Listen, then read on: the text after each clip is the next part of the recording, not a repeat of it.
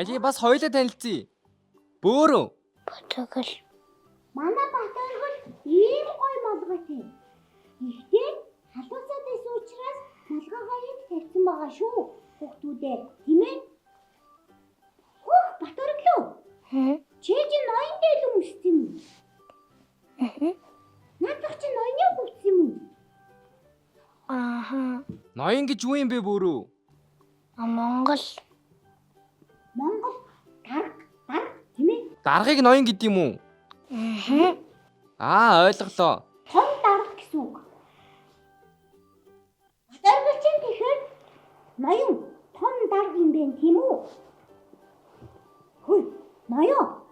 Чад яна. Өшөөрэй ноён чи бичхий. Та одоо цэцэрлэгт явж гин үү? Согол. Согол. Ноёдон та хэдэн настай юм бэ?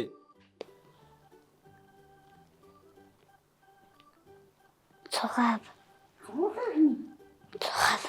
6 гэхэр чинь бит хоёроос ах юм бэ штий. Ноёнтой энэ чинь ах байлгүй яадгийг. За ноёнтоо. Та бид хоёрт дуудуулж хайрлана уу? Ноёнтой манда дуугаа дуулна уу? Ноёнтоо та битээрд нэг дуу дуулаад өгөөч.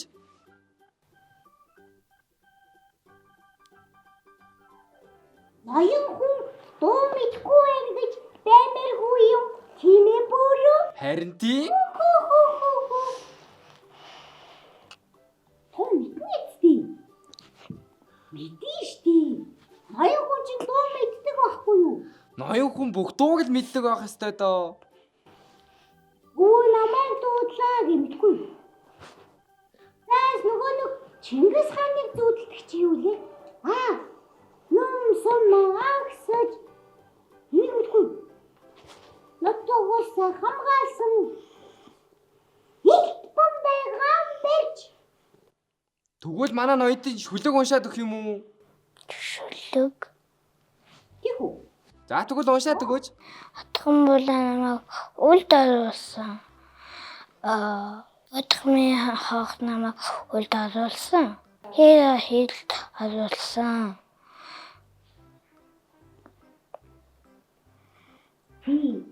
Таван хантай. Гэтүчээ. Ноёнтоо та шүлгээ мартчихсан юм уу? Яах вэ? Ноён юм чи шүлэг мартаж болно. За суугаарай. Батөрглөө. Одоо дахиад нэг шүлэг. Тэгжиж ноён гэдгээ хүүхдүүдэд батлах хэрэгтэй. Ноён хүн юм чин гой шүлэг уншин да. Сая бит хоёроор тоглосон баха те мөрөө. Танаас одоо ямар өсөг үзэж байна? Манай хөө. Зэ.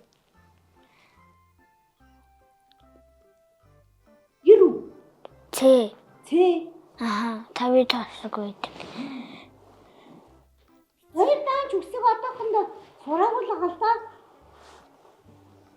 Чи харин битэр шүлэг өсөг зааж өгч болох юм. Чам тийм зав байгаа юу? Батөрглөө. Ноёнтоо. Чи ийм дуу мэдгүй юу? Хөө намайг дуудлаа. Зөндөөлөн чихрөглөө. Энийг дуулах таахгүй. За, эндээ зогсож байгаа дуулчих. Өөрөө дээр хатууд. Зөндөөлөн чихрөглөө. Нэг хоёрыг нилээсгийн даалт хийлээ. Аяя. Гачхвэла. Аяя. Гачхвэла. Аяя. Гачхвэла. Аяя. Тэр Зүүд. Айгуу зүүдээ. Аяя. Тэр чихэр. Чихрэ. Айгуу гоё. Гоёлаа. За одоо өглөө явлаа. 90 алдаг цаас те. Илүү янзын чихэр байна. Айлв нааша аваад дэр амаа олохгүй идээ. Ама алгүй дидээ. Чихрэн дургу хүүхэд байвал чихээ бөглөө сууж вэ. чихэн дохгүй хүн чихээ бүлгөөд сууж шин. Харин бид бүгдээрээ хачин их дуртай шүү. Өвөө намайг Бүгдээ хамгийн их хачин дуртай шүү. Өвөө намайг дуудлаа. Ла өвөн чихрүүлээ. Аяа Хоёрыг идлээ. Нилээсгэн датгээ. аяя тэчхэр ямар олон гоё юм. Аяя Хэр чихээ. чихэр айгуул олон чихрэлла. аяя тэчхэр айгуу олон чихрэлла. аяя тэчхэр айгуул олон чихрэлла. Хүү. Мэдээдээс юм аа. За суугаар энэ энэ. Оо байж таа тийм ээ. Юу батэрлөө. Чи одоо чулуу цагаар яаж тоглож байна? Би хичээл хийгээд Оо. Чөлөө цагаараа хичээл хийдэг юм уу ноёнтон? үгүй тузаа тэгээд Манай ноёнтон машинаар тоглодог бах та тий.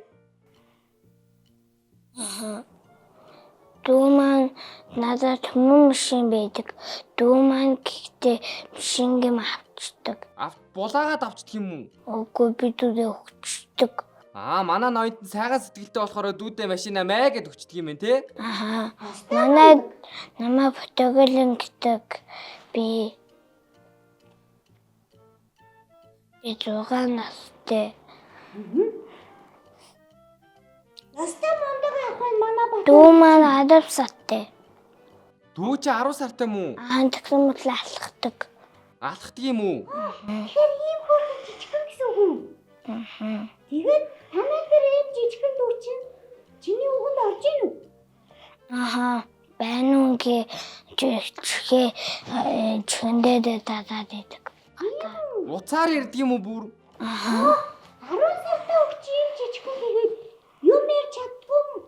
Бид үздэй тэгсэн мөртлөө ингэж идэв юм уу? Бүр уцаар яриад машинаар тоглодог юм байна тий. Дээрээс нь үг ойлгодог. Танаа тэр 10 сартай ийм жижигхэн дүү чинь тэгвэл нөгөө нэг супер гэр бүлийн жижигхэн хүүхэд шиг гоц ухаантай юм шүү. Тий? Манай дүү маань амбунжан гэдэг дүү маань 10 сартай. Тийм. Чи дүүгээ авч ийн. Хаяа аваад тэгээ хаяа унтуулчихдаг. Чи дүүгээ унтуулдаг юм уу? Ямар мундаг ах вэ? Яаж унтуулах вэ? Сүүгийн үгөөл Тэгэл унтуулчихдаг. сугаа ухаарал. Тэр болчих юм. Ямар хөөрхий юм тий? Чи биферийг унтуулдаг. Унтуулчихдаг. Хөөе бүрөө. Жигнэс унтцах уу? Сэрэгэрээ батартай сэрэгэрээ. Үй. Йоо чи. Би унтсан байж тээ. Арахгүй тэ батаргал сая чамд сүү өгөөл. Би уучсан уу? Тэгээд унтаад өгсөн юм байна л да. Хөөши. Цаг батаргалын дүүдээ сүүх цаг нь үлчиж. За, ирсэнд баярлалаа батаргалаа. Дараа дахиад ирээрэй заа юу. Бат хоёрлоо. Эндээ байж. Баяртай. Тэ Дараа уулзъя.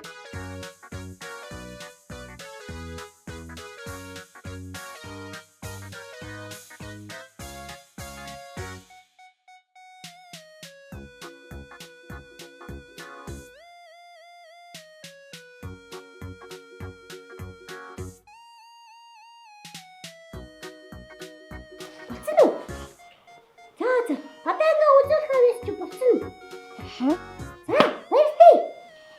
Чи сайн ноён болно шүү. За юу. Баяртай ноёнтон. Ноёнтон цохорой. Бай. Ой, юу хийж байгаа юм? Бид хоёр сая гараа зогсон. Юу хийж вэ?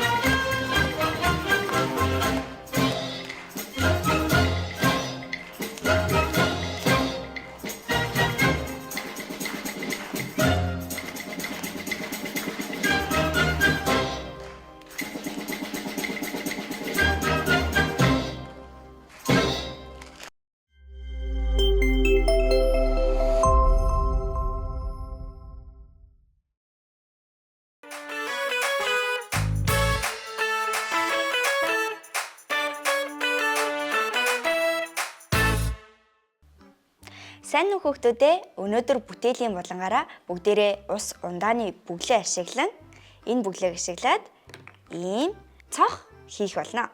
Үзэгч хүүхдүүд маань бүтээл хийхэд хэрэг болох материалаа бэлдээд дагаад хийгээрэй. Бидэрт өнөөдөр цаасны хайж, за тэгээд ийм бүглөө, өнгийн цааснууд, за мөн цавуу хэрэг болно. Ундааны бүглөөн дээр цаасны цавуу наалтахгүй учраас ийм тарган цавуу ашиглана шүү хүүхдүүдээ. За ингээд бүгдээрээ бүтээлээ хийцгээе. Үзэгч хүүхдүүд маань дагаад хийгээрэй. За эхлээд бүгдээрээ улаан болон хар өнгийн пластмастраар бүглөөгөө цохны өнгө хэлбэртэй адилханаар будна.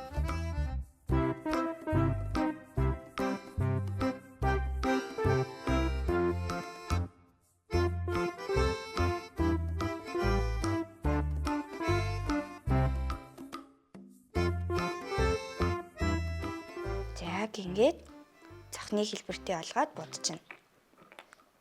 За надад өнөөдөр 3 бүглээ байгаа болохоор би гурвуулангийн яг адилхан цох хийнэ.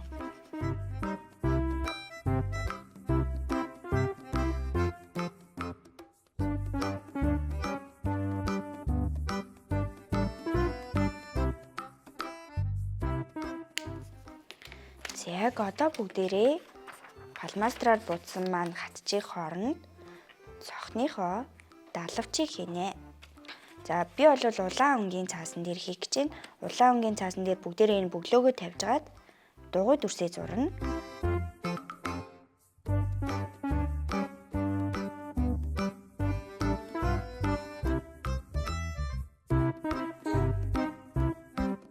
За ингээд цаасаа давхарлаж тавьж гаад зурсан учраас шууд давхраар нь хайжлаад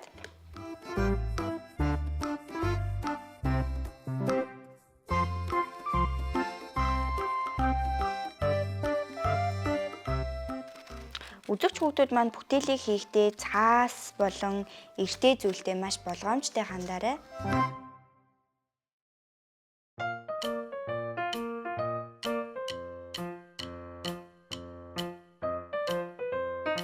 Цаасаа давхарлаж тавьж байгаад хайжилсан болохоор ингээд 4 ширхэг далавчийг шууд нэг хайжилтаар гаргаад ирлээ. За одоо бүгдээрээ зохныхоо далавчийг хийн.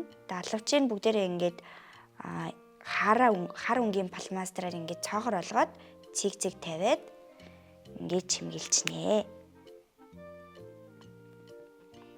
За энэ бол ингээд хаанч хамаагүй ямар ч хэмжээтэй чимэглэж болно. Заавал цэг тавихгүйгээр үзэгч хүүхдүүд маань бас өөр цэцэг зурах ч юм уу те өөрөөр бас чимэглэж болно.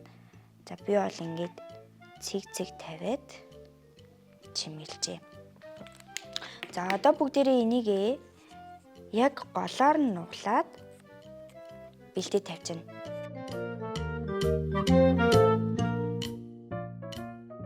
За энэ нугалсныхаа гадна талыг бас ингээд цэгээ тавиад чимэглэнэ.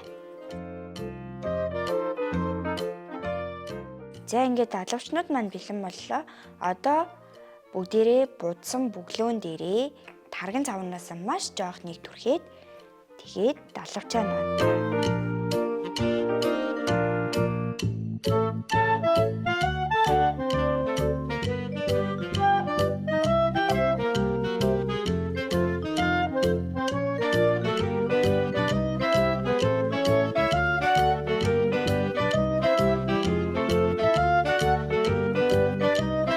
Тарган цав маань шингэн цав учраас хатах гэж бас хэсэг хүлээнэ. Тэгэхээр бүгдээрээ ингэж дээр нь далавчаа наачаад хөдлөхгүйгээр тавиад цавууга хаттлан хүлээх нь шүү. Одоо харин бүгдээрээ цагаан өнгийн пластмастраар жижигхэн нүд хий.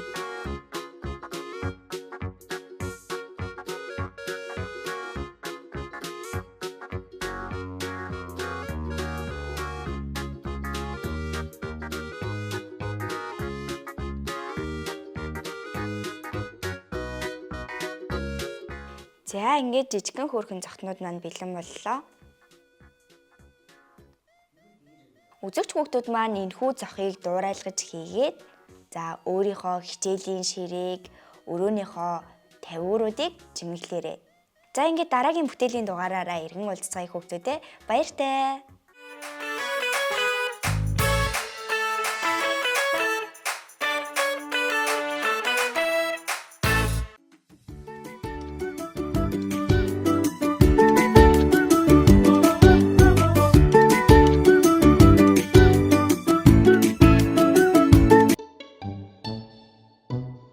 Эрт үртийн цагт нэгэн хаан хатан хоёр амьдран судаг байжээ. Тэднийд нэгэн бяцхан охин мэндэлсэн тэр нэгэн өдөр хаан тус даяар баяр хөөр болов. Хааны ордонд бяцхан гүнжийг танилцуулах сүр жавхлантай хүндэтгэлийн дайлалга болж чухал эрх мэдэлтэй ноёд хадагтаа нар болон ад жаргалын оронд амьдардаг шид дагнууд ч бас өргөцсөн байна. Товлсон өдөр болоход шид дагнууд бүгдээрээ цайд дэрсэн байлаа. Хар шид дагн л ирээгүй байлаа. Яагаад урилгыг хүлээн аваагүйг бүгд л ойлгохгүй байв. Гэвч харамсалтай нь тэр урилга алдагдсан болохыг хожим мэдцгээв. Харин хар шид дагн уучлалтыг үл тоомсорлон ихэд дургуутсаж үс санав. Шид дагнууд шин төрсөн хүүхдийн хажууд игнэн зогсоод өөр өөрсдийн шидэд төхөөрөө дохин шидэд хүч өгцгөж байлаа. Олон сайхан сэтгэлд шидэд дагнууд гоо үзэгслэн сайхан сэтгэл, оюун ухаан, номхон дүлгөөн зан гэд бүгдийг өгчгсөн тул сүүлийн нэг шидэд дагн юу өгөхөө мэдэхгүй бодон байв. Тэгтэл хар шидэд дагн танхимд ногоон утаа цацруулан гинт гарч ирээд үлгийтэй хүүхэд рүү гитэн очоод дохиураараа зангав. Миний эгч нарын чамд өгсөн бүхнийг би буцаан авч чадахгүй. Гэвч чи олон жилийн дараа миний өгсөн зүйлийг мэдхдээ тун тааламжтай байх болно. Чи том болоод үзэсгэлэнтэй эмэгтэй болох боловч эрүүлийн зүд хатуулж өөхөх болно. Гэж хэлээд хар шидэд дагн бүгдийг алмааруулан алга болов. Миний охиныг муу хараалаас аварч хамгаалаач хэмээн хатан сайн санаач шидэд дагнуудаас гуйсан боловч тэд аль хэдийн бүгдээрээ шидэд бэлхээ охинд өгчихсөн байлаа. Зөвхөн хамгийн сүүлийн дагн шидэд бэлхээ өгч амжаагүй байсан боловч түүний хүч сул учраас хар шидэд дагны хараалыг хариулах чадалгүй байв. Миний хийж чадах зүйл бол гэд тэрээр хамгаалтын шившлэг бөгөөд ээрүүлд хатгуулаад охин өгөхгүй харин гүн нойронд автан 100 жил болно хэмээн тайлбарлав. Хэдийгээр гүнжийг өхүүлснээс арай дээр сонсогдсон ч хаан ихэд бухимдаж үр хүүхдээ аварч үлдэхийн тулд хаан тулс даяар хэрглэж байгаа бүх ээрүүлийг устдаг. Гүнжийг өдөрч, шүнж хамгаалтгүйгээр хизээж орхих ёсгүй. Шулмын шившлэгийг биелүүлэхгүй байх бүхий л аргыг хэрэгэл хэмээн зарлиг гаргав. Гэвч хаан ч бай хинч тэр догшин хорон санаатай шулмын хараалыг хариулах арга ухааныг олохгүй л байв. Хааны зарлагч мөрдөгцөөр гүнжиж 15 настай үзэсгэлэнт сайхан бүсгүй болон өсөж шид дагнуудын бэлгэлсэн бүхий л сайхан чанаруудыг хүлээн авчээ. Сүүлийн дагныг өгсөн хүчийг л авах цаг нь болог байлаа. Үннийг хэлэхэд охин алаг шаазгаа шиг сониуч зантай нэгэн байв. Охин олон жилийг өрөөндөө дуугүй сууж өнгөрүүлсэн учраас цайзын бусад газарт юу байдгийг мэдэх юмсан гэж ихэд хүсдэг байв. Нэгэн өдөр хамгаалагчид солигдох үед гүнж тэр завшааныг ашиглан зүхтааж амжив. Охин цайзын бусад өрөөнүүдээр явж ихэд гайхсаар хонглоор орон дээврийн хөндийгөөр явсаар модон дунд нуугдсан нэгэн өндөр цамхагт тулж очив. Тэрхүү цамхагт хар шидэд дагин суудаг байв. Тэр их хөгшөрсөн бөгөөд утас ээрэн завгүй сууж байв. Охинд алтан ээрвлээ үзүүлэн сонирхлыг нь татах түүнд тун хэлбэр байв. Гүнж ойртон ирэхэд шулам ээрвлээрээ түүнийг хатгаж орхилоо. Гэвч сүүлийн сайн санаа шид дагны шившлэгээр охин газарт ухаан алдаж унаж үхээгүй боловч гүн нойронд автав.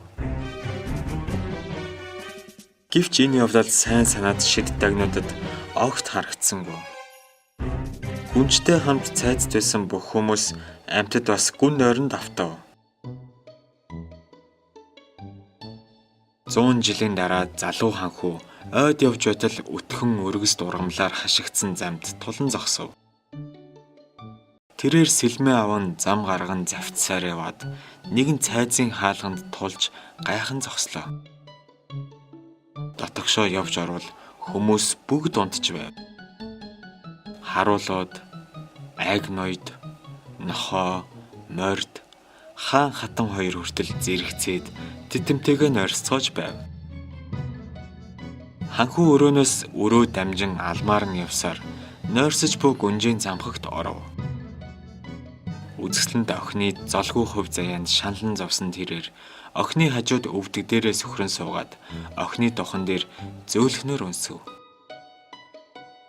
Тэр өнсөлд хараалыг арилгаж гүнж ам орон сэртэл цайзд байсан бүх хүмүүс сэрцгэлээ. Хаан хатан хоёр охиноо хараад бүгд их баяр хөөрөөр бэлхав. Гүнжийг аварсан баяр хөөр бас гүнжийн хурим 3 сарын туршид үргэлжлэн амар сайхандаа жаргацгаажээ.